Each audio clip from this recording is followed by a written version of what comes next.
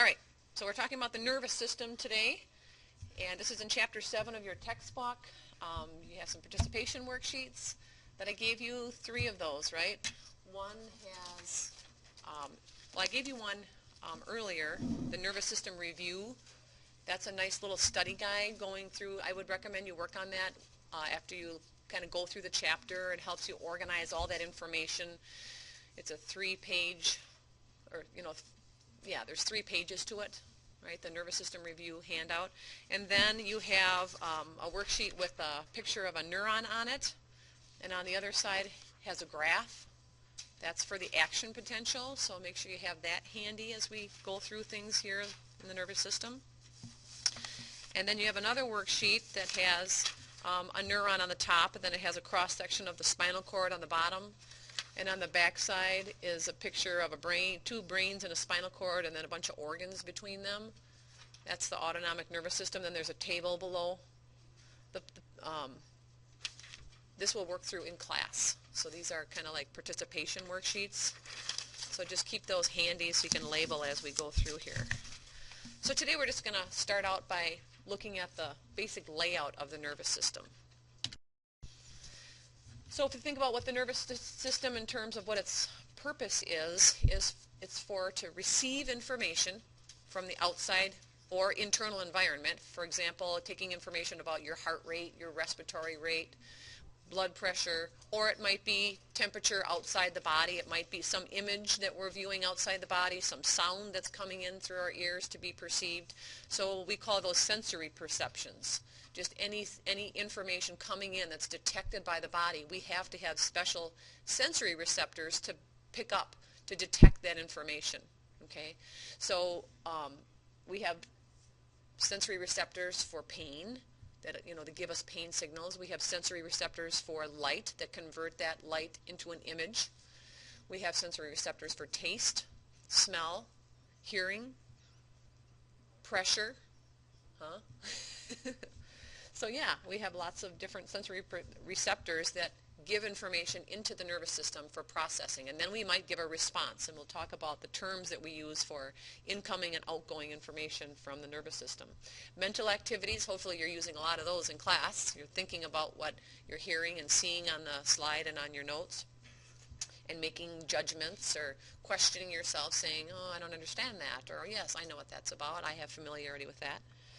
And then stimulating muscle movements, so that's the response from the body. And then when we secrete any hormone, for example, from a gland or a neurotransmitter from a gland, that's a response by the body in response to some change. For example, if you had breakfast this morning, your pancreas is secreting insulin to get the sugar out of your blood into your cells. Or if you didn't eat breakfast this morning, then your pancreas is secreting glucagon to keep the blood sugar up in your blood so you don't pass out and have too much weakness or fatigue and you're not able to function throughout your day. That's obviously the case if you have a healthy body, right? When the nervous system isn't doing its job appropriately, when we don't have the proper secretion of glands, or our body can't respond in the way that it needs to, that's what sends people to the hospital and is the basis for disease. For example, if someone has high blood pressure, their body, their nervous system should be responding by kicking in mechanisms to lower their blood pressure. But if you have narrowed arteries, your body can't respond and lower that blood pressure enough. You need the help of some medications. So the 2 main subdivisions of the nervous system, we have the central nervous system, which makes up the brain and the spinal cord, and the peripheral nervous system are the nerves. So it's made up of the nerves going to and from the brain and spinal cord. So think of the peripheral nervous system as kind of like the highway for information going to and from the central nervous system. So we can have some damage to our peripheral nervous system, we're still going to survive. But once you damage the central nervous system, that's where all the processing and decision making goes on. Then some damage, depending on where it is, damage to the central nervous system can be deadly. So if you look at basic layout of how our nervous system functions, you see in the upper left-hand corner you have the eye that's seeing some image, like you looking at this PowerPoint screen right now. We call that sensory input, and that's coming in through the nerve. So you could right above this blue arrow sensory input, you could write nerve above that, because that's going to bring information into the brain. And what nerve would bring it into the brain if we're talking about the eye? What term do we use in science for eye and vision? Yeah, the optic nerve. So that would be the optic nerve bringing information into the brain from the eye, and then it's processed in the brain. So we call that integration.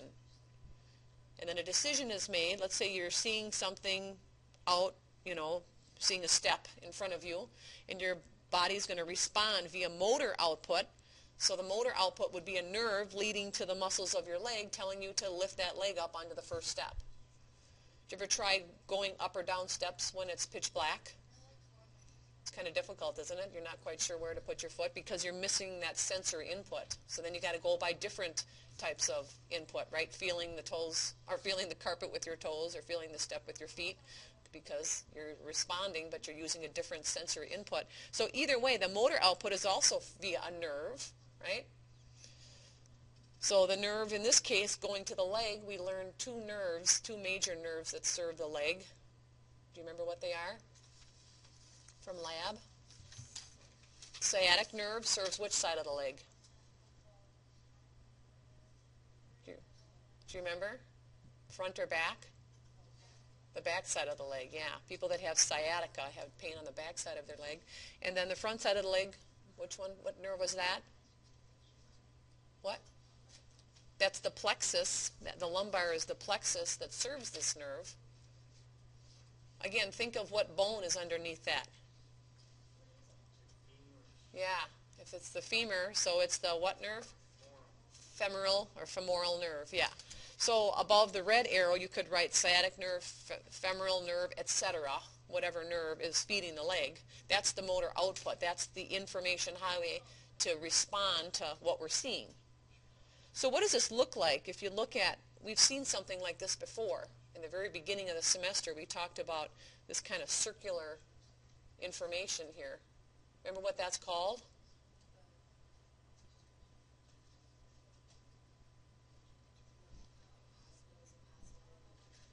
Yeah, very good. Positive and negative feedback loops.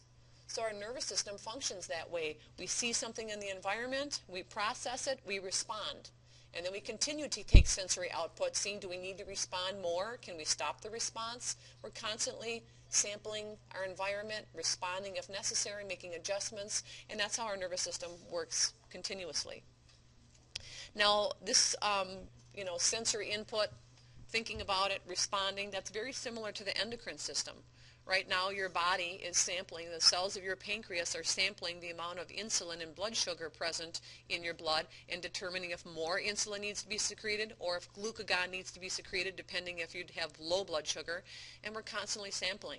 But the endocrine system acts, the highway is different because the nervous system acts by stimulating nerves. The endocrine system acts by stimulating glands, and instead of traveling down nerves via an impulse, the endocrine system acts by throwing a hormone, not throwing, but secreting a hormone into the blood, and that communicates through the blood. So the endocrine system acts a little more slowly than the nervous system does, which is good. Do we want a big rush of insulin into our blood when we eat something? No, that would crash our blood sugar and we'd feel terrible. But instead, we have just little secretions of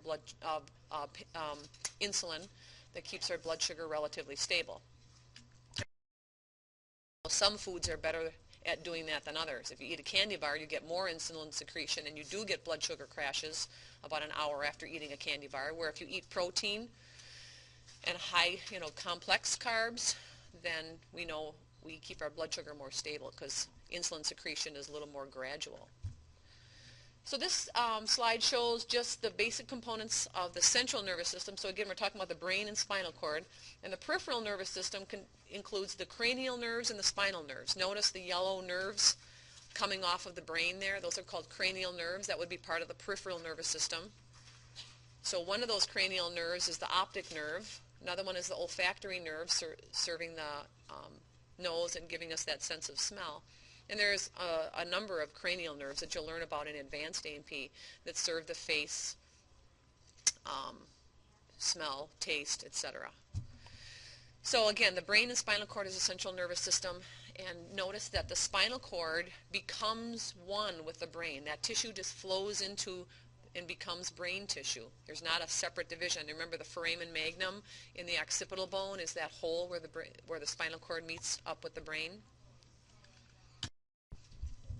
So the peripheral nervous system, if we look at what's going on here, we have the cross-section of the spinal cord that's shown here. There's 3 different cross-sections of the spinal cord. So we have information coming into the spinal cord. That's what's shown in the green neuron here. We have information coming in from the finger via a sensory receptor going into the spinal cord. So that's input coming in. So we call that sensory or afferent. So sensory afferent is information coming into the central nervous system. And then it can travel up the spinal cord to the brain to respond, and then the body, the brain or spinal cord sends that response out. And you'll see the blue and the red neurons here. Those are the responses from the central nervous system. And the one in the upper right, the blue neuron, is feeding a muscle. So either way, we call that the motor or efferent pathway because it's the response, it's the output from the nervous system. And in this case, it's feeding a voluntary skeletal muscle. So we would classify this motor efferent response as a somatic motor efferent response. So somatic refers to voluntary skeletal muscle. So the general term we use for the response from the nervous system is the motor efferent response. And then we can classify that response into 2 categories: somatic, if it's voluntary skeletal muscle, or in the bottom picture of the spinal cord, we see a red neuron going out to the colon. That is not voluntary. When you have to have a bowel movement, or if you have the flu, and heaven forbid you have the diarrhea, we know that's not voluntary. That smooth muscle contraction happens on an involuntary basis, and we call that involuntary response, motor response from the body that affects smooth muscle, cardiac muscle, and glands. Those are all involuntary. We don't have much control over that. We call that an autonomic motor response. So there's the somatic motor response, which is voluntary skeletal muscle, and the autonomic motor response, which acts on cardiac muscle, smooth muscle, and glands. So we can further classify that involuntary response into 3 subdivisions. Sympathetic means we're acting on smooth muscle, cardiac muscle, and glands that occurs when the body's in a stress response. Like if you're going to fight or flight, you're in a fight or flight situation, what's going to happen to your heart rate? That autonomic motor neuron is going to stimulate the heart to do what? If you want to fight or flight from a situation. Speed it up. Yep, speed it up. If it's a parasympathetic autonomic motor response, it's going to prepare the body for rest and digest. So what's going to happen to blood pressure if the parasympathetic autonomic motor neuron is dominating? Well, blood pressure goes down. Yeah. And the enteric nervous system is just its own nervous system that controls the digestive tract. So it doesn't necessarily, these neurons are within the digestive tract, and it doesn't need to communicate with the brain necessarily to do its job. For example, when we stretch the stomach after a meal, that stretch acts right on the colon, the large intestine, to stimulate smooth muscle contraction to have a bowel movement. And we call that the gastrocolic reflex. That's part of the enteric nervous system. For example, at my house we have kids that are young that have active gastrocolic reflexes, so that's a good thing to have an active gastrocolic reflex. And what happens is kids, by the end of the dinner, they're in the bathroom ready to have a bowel movement and move the previous meal's food out. And that happens with young people too. So if you find yourself in that category, that's a good thing. It's a sign of good, healthy gastrocolic reflex. But as we age, that becomes less and less active, and people don't have bowel movements as often anymore. And you find that to be the case, especially with the elderly. They need help getting their bowels to move because those neurons aren't as active and our nervous system doesn't respond like it used to. Okay, so I'll give you some examples. You tell me if this is an example of sensory input. Give me an example if it's motor output. And if it's motor output, tell me if it's autonomic motor or somatic motor. So here's an example. You look outside and see that it's snowing. Sensory afferent. And use the other word too, afferent, efferent. Think of efferent as the effect of something coming into the nervous system. It's the effect. So it's going to be some, gland, smooth muscle, cardiac muscle, or skeletal muscle. All right, so you see it's snowing outside, and you pick up the phone and call your friend to see if class is canceled. Motor, and how would you classify that motor response? Somatic, and why would it be somatic? Yeah, because you're controlling it, picking up the phone with your voluntary skeletal muscles, right? Okay, you're sitting in class, and the cells of your pancreas detect high blood sugar levels. What is it? Say it louder. Okay, does everybody agree with that? Pancreas detects high blood sugar levels. Now, we're detecting. When we're detecting, what is that? Is that a response, or is that information coming in? Yeah, that's information coming in. So what is the pathway that results in detecting high blood sugar levels?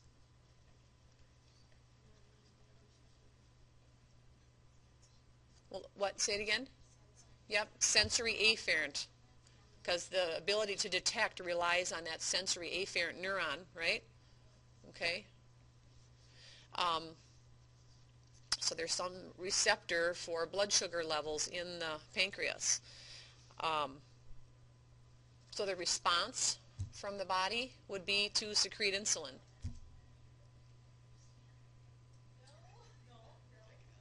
So what would that be? Secreting insulin. Motor efferent is the response, and what type of motor efferent?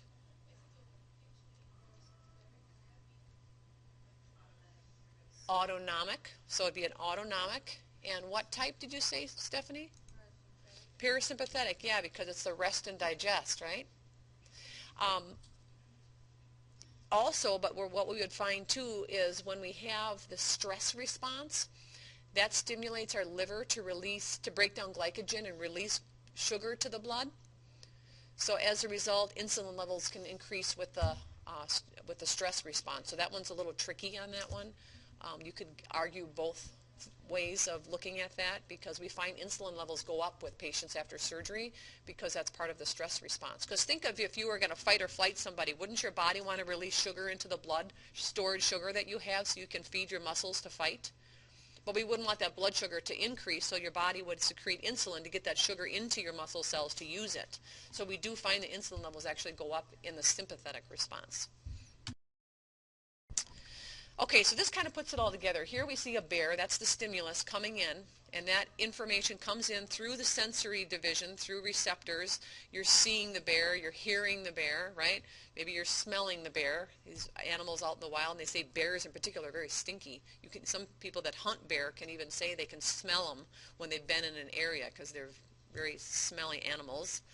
So anyway, that information comes in through the peripheral nervous system, it's processed in the brain, and then the response is the motor division, you can see on the right-hand side of the slide, and then it divides. That response is going to stimulate skeletal muscle, so you run away from the bear through the somatic nervous system, through those neurons, and you're also the autonomic, your heart rate's going to increase, your blood vessels to your smooth muscle are going to dilate, and your glands are going to secrete, like for example the adrenal medulla is going to increase secretion of adrenaline to help you fight or flight and get this stress response going, all to respond to this danger you see in front of you.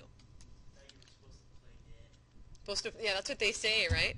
Yeah, so maybe this fight or flight is not going to work out too well for this guy who's running away. So if you look at a typical cell of the nervous system, it's a cell like any other cell in the body. This is kind of, it's a long cell with branches to it, and it contains a plasma membrane like any cell has. It has a nucleus like any cell has. You can see that. It has organelles like all cells, but the arrangement, the layout of the cell is very unique.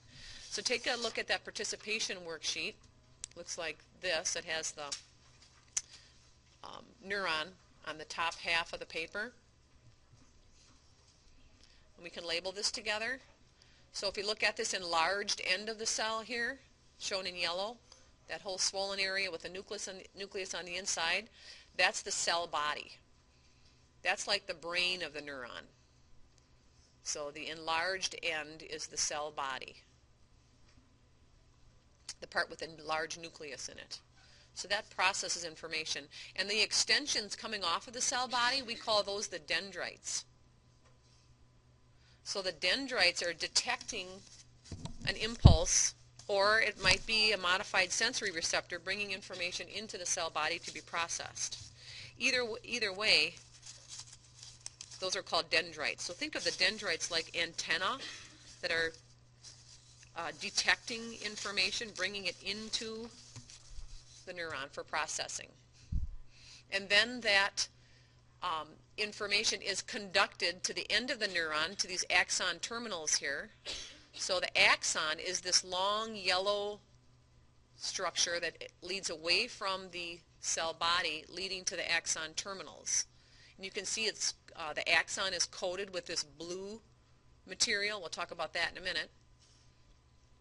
But the axon is this long piece that extends to the axon terminals. So think of the axon as the conducting portion of the neuron. It conducts the impulse. So the dendrites detect the information, okay? So they detect the impulse, send it to the cell body, and then the axon transmits it. Conducts it, and then the axon terminals transmit that impulse to the next neuron that might be connected to this neuron, or it might be a muscle cell at the end of these axon terminals, and it's going to stimulate that muscle cell to contract. Or it could be an organ like the small intestine, large intestine, heart, increasing or decreasing its activity, depending. Transmit signals? The axon terminals transmit, yep. And the axon is the long yellow singular piece between the cell body and the axon terminals, and that conducts. So it's just a highway to travel. And then the dendrites, we said, detect the impulse and bring it into the cell body to start this whole process. So the dendrites are the input part of the neuron. The axons and the axon terminal is relating to the output of that neuron.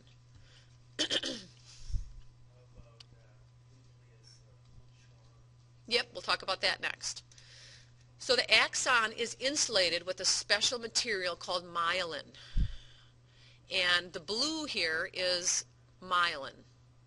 And the circles, or the dark spots on each of those blue structures are cells that secrete myelin over one portion of the axon. So think of these Schwann cells as secreting myelin around one part of the axon, like a hot dog bun wraps around a hot dog. So if the hot dog was the axon, the hot dog bun would be the Schwann cell, and with the bun being made of myelin, which is a fatty substance that insulates our axons. Notice it's only on the axon. We don't find myelin on the cell body. We don't find it on the axon terminals, only on the axon. What's the myelin do? Protects the axon? Yes, it insulates the axon to help speed transmission of impulses. And we'll talk about those impulses when we come to class next time. So in looking at your diagram, the box on the far left is cell body. The one on the top is dendrites, correct? And then if we look at the two boxes above the axon, the one on the left is actually pointing to the axon itself. The one on the right is referring to the myelin on the axon. What? Well, I can't show it on my PowerPoint. So there's two boxes above the axon. Do you see the two boxes above the axon? The one on the left is the axon. The one on the right is myelin. The two boxes below the axon on your diagram, the one on the left, what would that be? Yeah. Yes, nucleus of Schwann cell. And then the one on the right, pointing to the little end pieces, axon terminal. And then the whole thing on the very bottom box, referring to the whole structure, what is the whole structure called? Neuron, right. Not a nerve. A nerve is not a neuron. So this is a neuron. And we'll pick next time talking about other cells we find in nervous tissue that help support these neurons.